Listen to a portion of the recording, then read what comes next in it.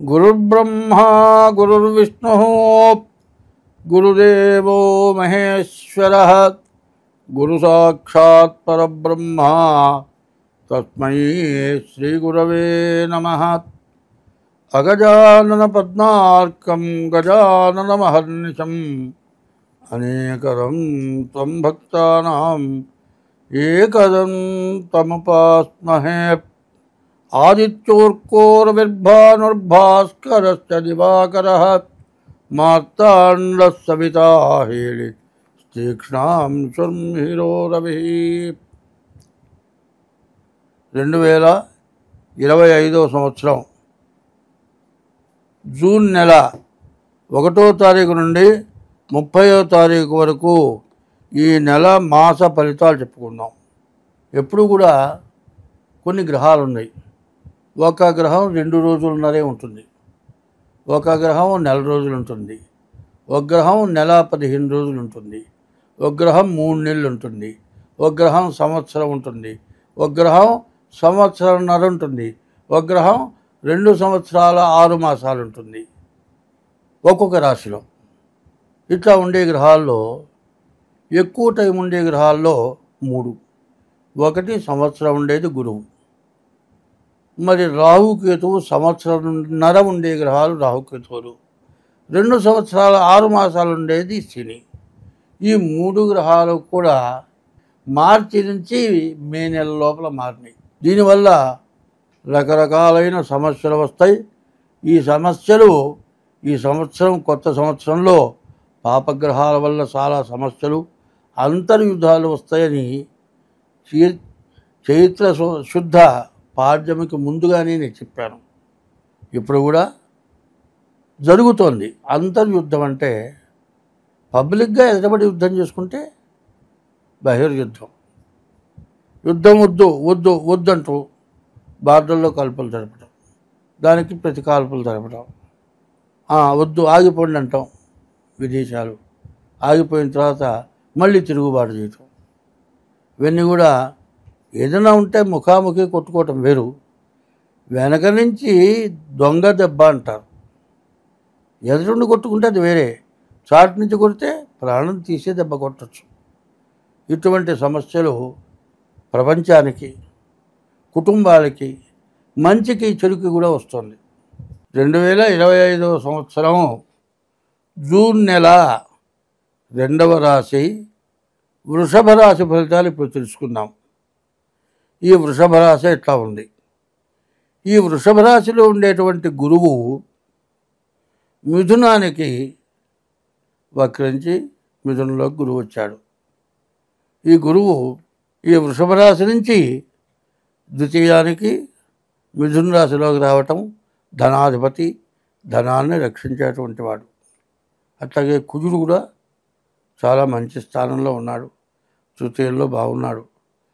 శుక్రుడు, శని ఈ 2 గ్రహాలు కూడా ఏకాదశిలో ఉన్నారు.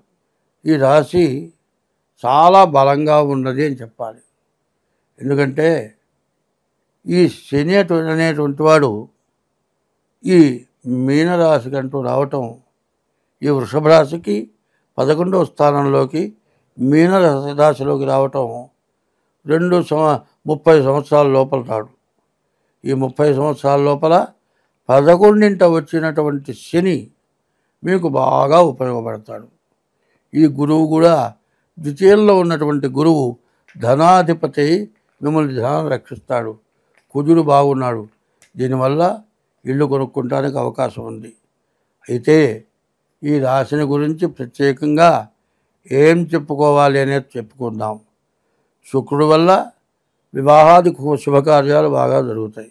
రవి వల్ల విద్య, ఉద్యోగం, విదేశీయానం, మరి చదువు, మరి వ్యాపారం, భూములు, ఇల్లు కొనుక్కునే వాళ్ళకి అన్నీ బాగున్నాయి. కానీ ఇన్ని బాగుంటే కూడా రాహుకేతువుల మధ్యలో గ్రహాలు పడ్డాయి. మరి కాయ చాలా బాగుంది, బాగా పండటానికి సిద్ధంగా ఉంది. కాయ పండకపోయినా కూడా ఆ కాయ ముదిరేటప్పటికీ ఎంతో రుచికరంగా ఉంటుంది. అటువంటి కాయ కత్తెరలో పట్టడం వేరు, కటింగ్ ఫ్లేర్ అంటారు. వైర్లో కత్తిరిస్తారు. అటువంటి దాంట్లో పడితే చిదాచిదరైపోయి ఎవరు తినటానికి ఉపయోగపడకుండా పోతుంది. అట్లాంటి రాహుకేతువుల మధ్యలో ఈ గ్రహాలు పడటం మాత్రం చాలా విపరీతమైనటువంటి బాధలకు లోను కావటానికి బాగా అవకాశం కనబడుతుంది.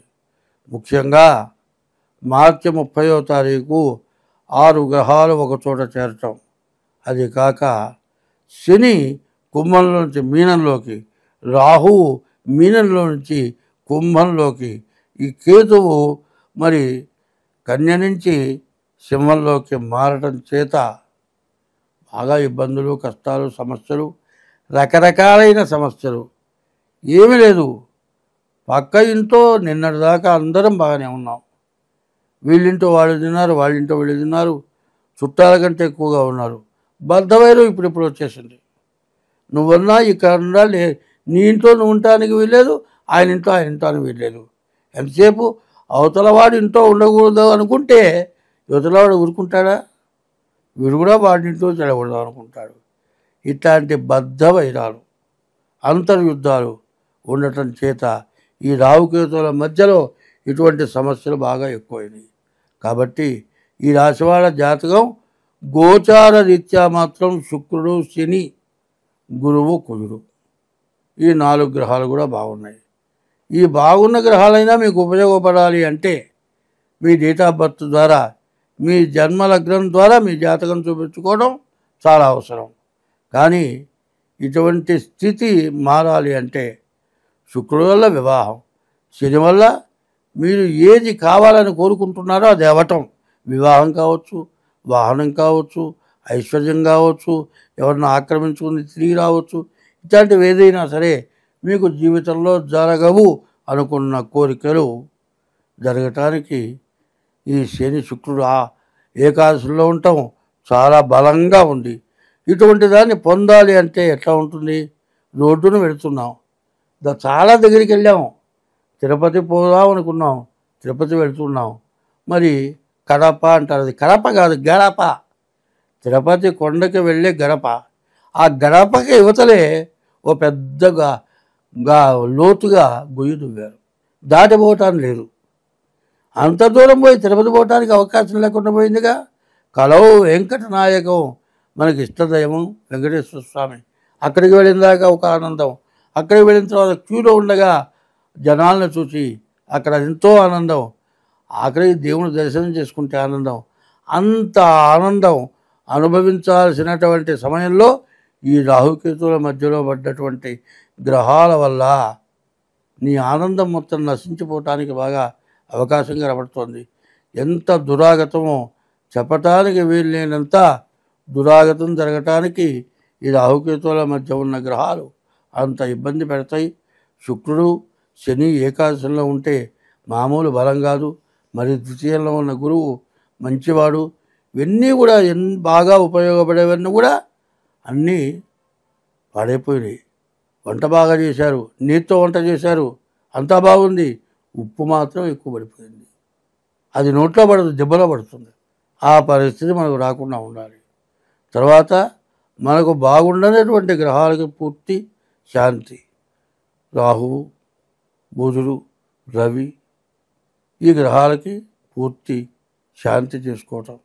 ఇంకా కాకుండా మీ జన్మలగ్న రీత్యా డేట్ ఆఫ్ బర్త్ ద్వారా జాతకం వేయించుకొని మిగతా గ్రహాల యొక్క శాంతి చేసుకొని మీకు మేషరాశి దగ్గర నుంచి మీనరాశి వరకు కూడా ఒకటే మాట చెబుతూ ఉన్నా, సంపాదించాల్సిన అవసరం లేదు, సంపాదించకపోయినా పర్వాలేదు, ఉన్నది పోగొట్టుకోకుండా ఉంటే చాలు. ఉన్నది పోగొట్టుకుంటే ఎంత ఇబ్బందో ఒక్క చిన్న విషయంలో చెబుతా.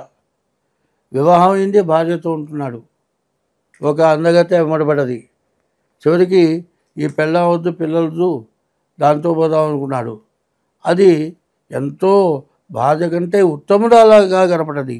చివరికి దాని దగ్గరికి పోయి ఇస్తా వేశాడు. వాడు అక్కడే ఉంటున్నాడు, ఇంటికి రావటం లేదు, పిల్లలు చూడటం లేదు. చివరికి ఏమైంది? ఎన్నాళ్ళు ఉంటుంది భార్య అత్తగారింట్లో? చివరికి పుట్టింటి వాళ్ళు వచ్చారు, ఆమెను తీసుకుపోయినారు. ఈ పిల్లలేమో నాయనమ్మ దగ్గర ఉన్నారు. ఈ పిల్ల పుట్టింటికి వెళ్ళింది. అమ్మ మేము పెద్దవాళ్ళు ఎన్నాళ్ళు పోతున్నావు, ఇంకో పెళ్లి చేసుకోవాలని పెళ్లి చేశారు. ఈ వచ్చిన ఏమైంది? నీ దగ్గర ఉన్న డబ్బులు మొత్తం మూట అయిపోయిందాకా సోగ్గా నీ దగ్గర తిరిగింది, మొత్తం కాజేసింది, నీ దగ్గర డబ్బులు లేవు, పోరాని దాని నడిపోయింది. ఏమైంది? పెద్దవాళ్ళు చెబుతారు ముతక శాస్త్రం, ఉన్నది బాయ ఉంచుకున్నది బాయ, కన్న బిడ్డలు కూడా నీకు పనికిరాకుండా బాయ, జన్మనిచ్చిన తల్లిదండ్రులను కూడా చూడకపోతుంది. ఇట్లాంటి స్థితిలో ఇట్లాంటి పరిస్థితులు రావడానికి అవకాశం ఉంటుంది. కాబట్టి మీ జన్మలగ్న రీత్యా మీ జాతకం చూపించుకుంటే మంచిది. అదే కాదు, ఎవరి వృత్తిలో కూడా ఈ చెప్పింది బాగా మనస్సులో పెట్టుకొని మన దగ్గర ఉన్నవాళ్ళు, మన తోటి వాళ్ళు సక్రంగా బతుకుతున్నారా, వాళ్ళు తింటున్నారా, వాళ్ళు బతకగలుగుతున్నారా ఆలోచిస్తే అడుక్కు తినేవాడు మాత్రం ఎక్కడా ఉండడు. అడుక్కు తినేవాడు లేకుండా పోవాలంటే నీ దగ్గర బతికేవాడు వాడు బాగుండాలని కోరుకోండి. అట్లా కనుక ఉంటే అడుక్కు తినేవాడు లేకుండా పోతాడు. నేను బాగుపడ్డాను, వాడు అడుక్కు తింటున్నాడు అంటే ఏ రోజైనా కూడా వాడి గతి నిగ్గురపడుతుంది. అందరం బాగుండాలంటే వాడు చేయగ చాపకుండా బతికేట్టుగా నువ్వు చూస్తే అడుక్కు తినేవాడు అంటూ ఉన్నాడు. స్వస్తి.